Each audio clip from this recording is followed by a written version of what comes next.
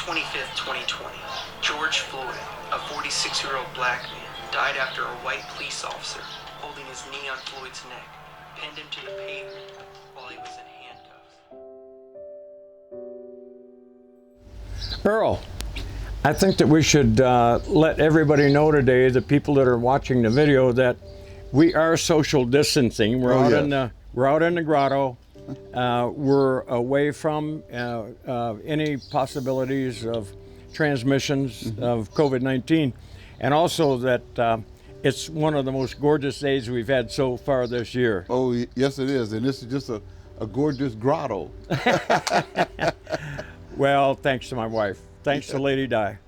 Earl, I'd like to ask you a couple of questions to start out with. You're running for Lucas County Sheriff in the fall of this year. Correct. You're desperately needed in that position. We've been fortunate enough to have some really good sheriffs in the past in Lucas County, and still do. However, you are running for Lucas County Sheriff. I'd like you to discuss your credentials for that position, if you don't mind. Well, I've been in law enforcement for just about 40 years now. But, I was born and raised in Toledo, went to graduated from Scott High School, graduated from the University of Toledo, went into the military for a short span of time. What did you do in the military, Earl? Well, I was a combat medic during the Vietnam War. I see. Yes. And once I was discharged from the military, I went to the University of Toledo. And then from the University of Toledo, I was a University of Toledo police officer for a while. I became a liquor agent for a number of years. A matter of fact, my first retirement was from the Ohio Department of Public Safety investigative unit. I was agent in charge of enforcement operations for Northwest Ohio. And then I was appointed Deputy Director of Ohio Homeland Security, which had another few years of stretch. And then after that, I retired and rode my motorcycle all over the country.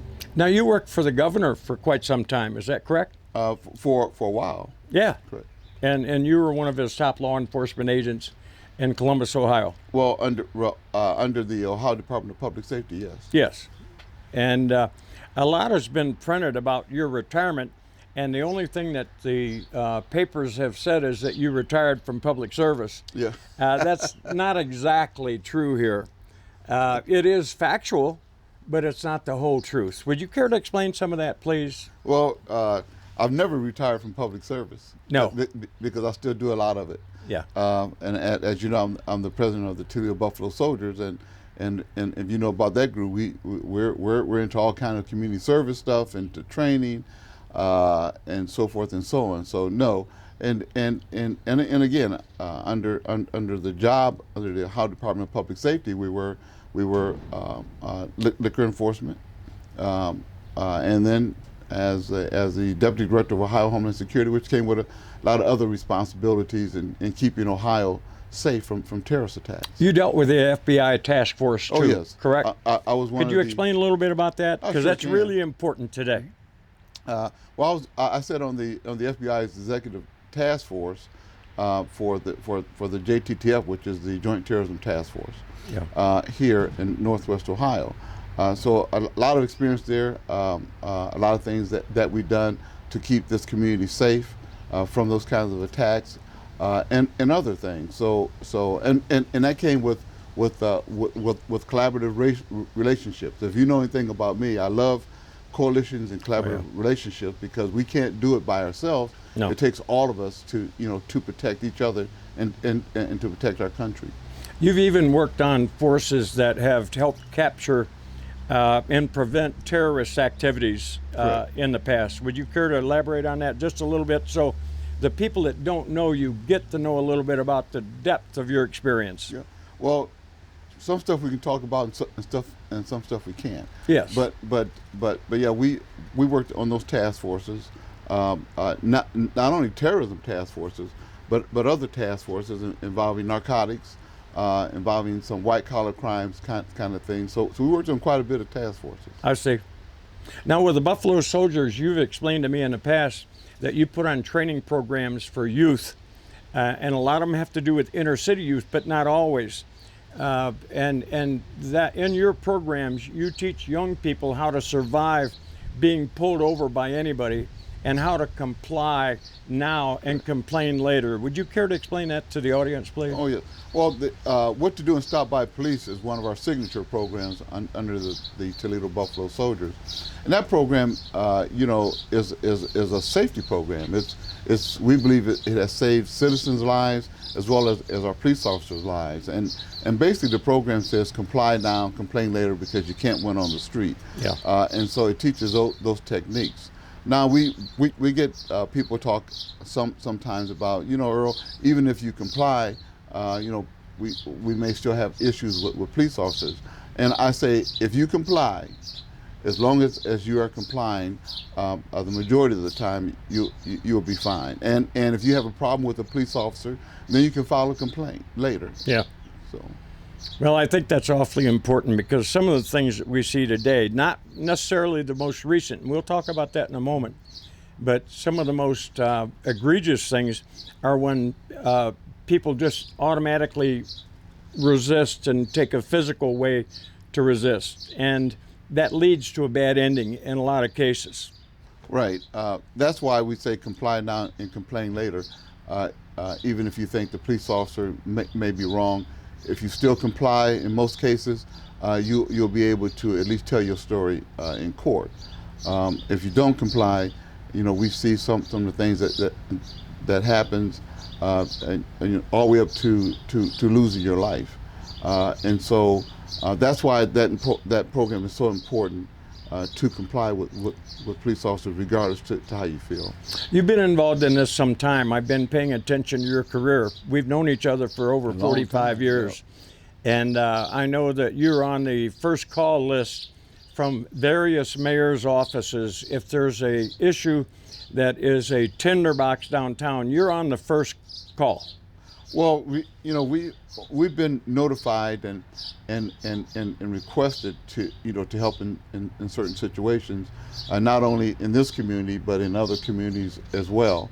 And I remember not too long ago when Sandusky had an issue with a police community issue because of a particular stop, and when the chief called, Chief Orgowitz, it would be, we came to and had a meeting to find out what we can do as an organization to help, and we put on a community program, brought the community in, let the community speak, because one of the problems we have in the society, if we don't listen to each other, if we don't have a dialogue with each other, you can't get anything resolved. Right. And so we had that dialogue, and that those stresses and things that appeared not to be working during that time started working, because the level of anxiety dropped in both the police officers and the community. Yeah. So dialogue is real important. Before we move on, I'd like to ask you one more thing about Buffalo Soldiers, please. You've been doing that for a number of years now. Oh, yes. You help feed communities that don't have food. Absolutely, yeah. And you have a program called Off the Rails. Would you care to explain that, please, and the amount of work and time that it goes in from your folks to provide meals for people that can't afford it and can't be food challenged, and they are? Correct. Well, during this recent time of this pandemic, with the COVID-19, when the government started shutting the economy down, obviously people lost jobs. Yeah. And so we then joined with Off the Rails, which is a food trolley ran by the Regnus family, and we sit down and talk. What can we do to help?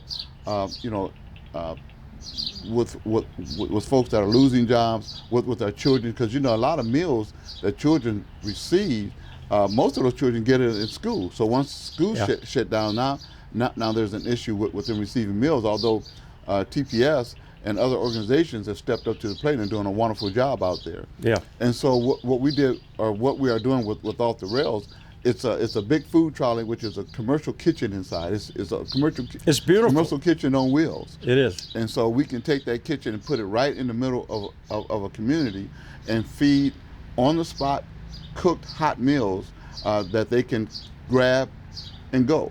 And so we also partner with the Lucas County Housing Authority, which has, I don't know how, they have thousands of residents. Yeah. And a lot of those residents have lost jobs. A matter of fact, one quick story: we had a single mom that came to the trolley receiving meals, and she worked for a particular hotel here in the county.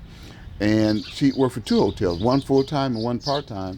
She's got 3 kids. She lost her full-time and part-time job, and she just didn't know what to do.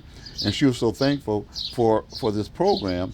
And it's the program, or the operation, is labeled with Unity, feeding our community.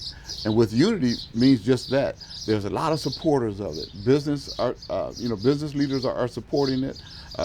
Folks like ProMedica, a Paramount Advantage, Owens Community, Owens Community, the Rotary Clubs of Toledo, all kinds of organizations out there, and then individuals as well. So we get a lot of support, a lot of financial support that's given to this program to keep it going, to help feed people. Well, we've got a number of things going on all at one time. We've got COVID-19 that's killed over 100,000 people in the United States. We've got about 1/4 of the world's infections. We've got 1/3 of the world's deaths. And then on top of that, we're looking at over 25% and maybe even approaching 40% unemployment. The situation is only going to exacerbate itself. The food banks are exhausted in many places. Absolutely. With thousands of cars waited in line. How can we help that? Well, first of all, I wish we really knew what this was. Yes. There's so much information out there that contradicts each other. Yep. For example, you're told to wear a mask. Some say don't wear a mask. Yeah. And these are doctors and scientists, and so you don't know what to do. And political leaders. And political leaders, Yeah. especially political leaders. Yeah. You don't know what to do and how to do it. And I always say, and I have to say this, is that I just do not believe they should have shut our country down and shut the economy down, because to feed my family, I don't care what it costs me to feed my family. If it costs my life to feed my family, then I need to feed my family. Yeah. And I don't know how in the world we're going to recover from this, especially small businesses. We all have friends that have small businesses that they're done. Yeah. So and then the other thing we talk about this country is the freedoms we have in this country, and to shut those freedoms down, that's why there's a lot of protests. So I'm not too sure that politicians are making the right decision here. I agree. And while you're talking about family businesses being shut down, last night there were protests all across the United States. Right. In over a dozen cities. And in a lot of those cities, not all, but in a lot of those cities, I think there were some provocateurs that went in and incinerated and torched buildings of people that were their own businesses. Well, we've got to find a way to deal with that. Yeah. What's your thoughts on that, Earl? Well, first, and that involves the death of Mr. Floyd. Yes. That I believe was murdered. And so first, my thoughts go out to that family, and my condolences to that family as well. That did not have to happen. No. And so that's what's causing a lot of the protests that you see out there now. You get to a point that it just boils over, and it boiled over with everybody across this country that's seen that video. At least the ones that I know were appalled by what they see. I see 75% participation. Between 60 and 75% participation are from young white people. Mm-hmm. Correct. Absolutely. I think that's a wonderful thing. Yes. And right, and it's not just African Americans or blacks in this country that are upset. No. Because of the way that we've been treated over the years by police officers. And so what you see with all these protests has come to that. We are expressing ourselves, bringing attention to this, because a lot of us are saying, no more. Something has got to change now. And I think something will change, because if you see, it looks like a lot of citizens, Americans, are involved, Yep. In this whole process of protesting, with peaceful protesting, with getting things done.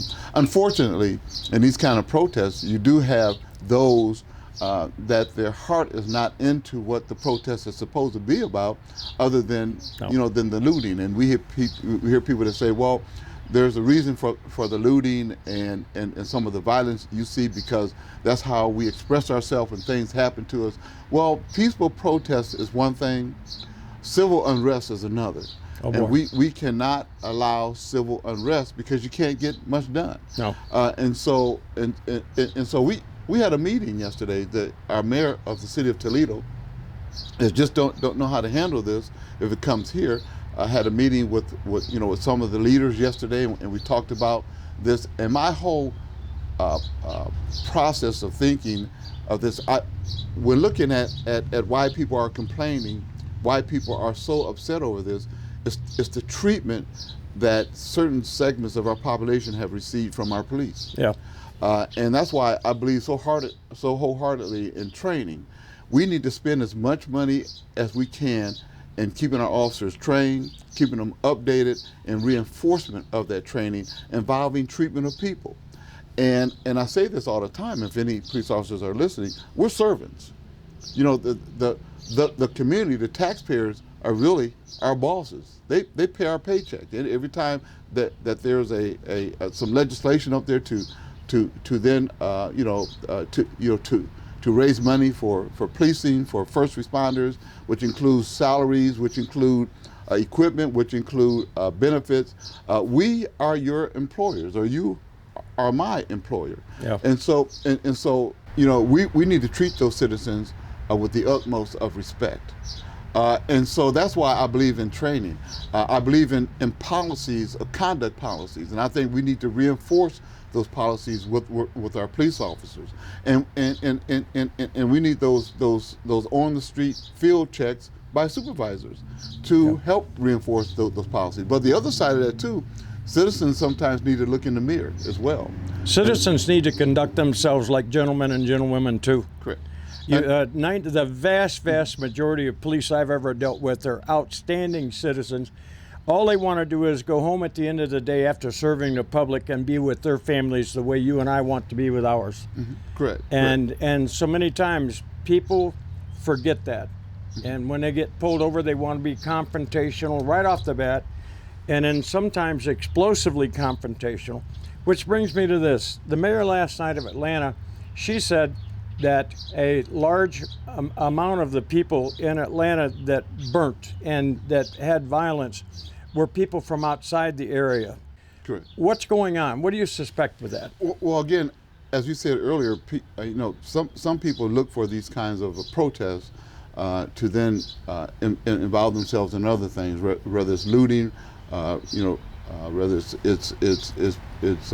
encouraging and the conflict, but two, let's not lose sight of what happened and what brought us to this. Right. Because the point that brought us to this is what we need to address. We need to address the community police relations, because if we don't have good relations between that community and it's the African American community in policing, you get just what you see. So I'm not real critical on what you see the aftermath of this is. I'm more critical on we need to solve this, and how we solve this is us sitting at the table having good positive dialogue and doing action. We need to do action. We need to make sure that police officers understand, again, that they are servants to this community, that they are to respect this community, no matter what the race is, and they need to do good community policing. Period. And so, if not, you get just what you see.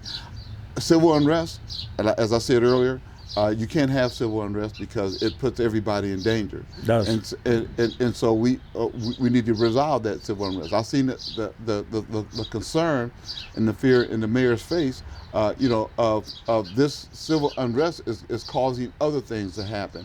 The economy. I mean, look at Detroit. Detroit took a long time to recover from civil unrest back in the 60s. That's right. And other cities. And I think we as Americans, we as African Americans, we really need to think out what's happening. But again, we also need to be treated just as any other citizen. Yeah. And so that's part of the problem as well. Well, Toledo's had some examples of civil unrest in the past, and I know for a fact that you've been called in to help diffuse those issues. You've done it very well. This evening, there's going to be a protest in Toledo, Ohio. What's your thoughts? Where do you think that's going to go? Well, again, people are expressing themselves, because of they're tired. Yeah. They're tired of the way that they've been treated, by their police or by their community. I mean, if you look in the black community, we, our education is not the best a lot of times. Our economy in that community is not the best sometimes. Our health care, it just goes to a lot of things. And so what happened to Mr. Floyd just really culminated into what we see happening today, because now it's an outward expression. And so the protests this evening, I think that there's going to be 3 of them today. They're going to protest. They're expressing themselves. That's fine. And I think some of the stuff that they're going to talk about will be how do we get beyond this? What do we see that that we want to happen within police departments? But what we have to be careful of, there's a lot more out there, that chiefs have to deal with, other than just us protesting and say we demand this, because we got unions. And so police chiefs or city mayors or council people have to deal with unions. So those things don't happen that fast. But what can happen swiftly is a reinforcement of conduct policies, to make sure that police officers understand what the conduct policy is, what the conduct code are, who you really work for, who do you respect out there. And I think that's what most people are talking about. Most of these protests are about the treatment of people from our police. Earl, I can't tell you how much I appreciate you running for Lucas County Sheriff. We've had some awfully good sheriffs in the past. I think you're going to be one of the top sheriffs that's ever been in the state of Ohio. And I mean that from the bottom of my heart. And a lot of people don't understand the role of Lucas County Sheriff. I'd like you to explain it to them, and I'll see you when you're done. Okay, well, thank you. Thank you, Earl. Oh, yeah. My name is Earl Mack, and I'm running for the Lucas County Sheriff, and I approve of this message. If you know anything about the sheriff is the top law enforcement officer in the county, has a lot of responsibilities, from running the jail to administrative processes to protection of the court, and working with other local law enforcement agencies within the county for your protection. And I have a lot of experience doing that. So I'm running for your Lucas County Sheriff, and I'm asking for your support.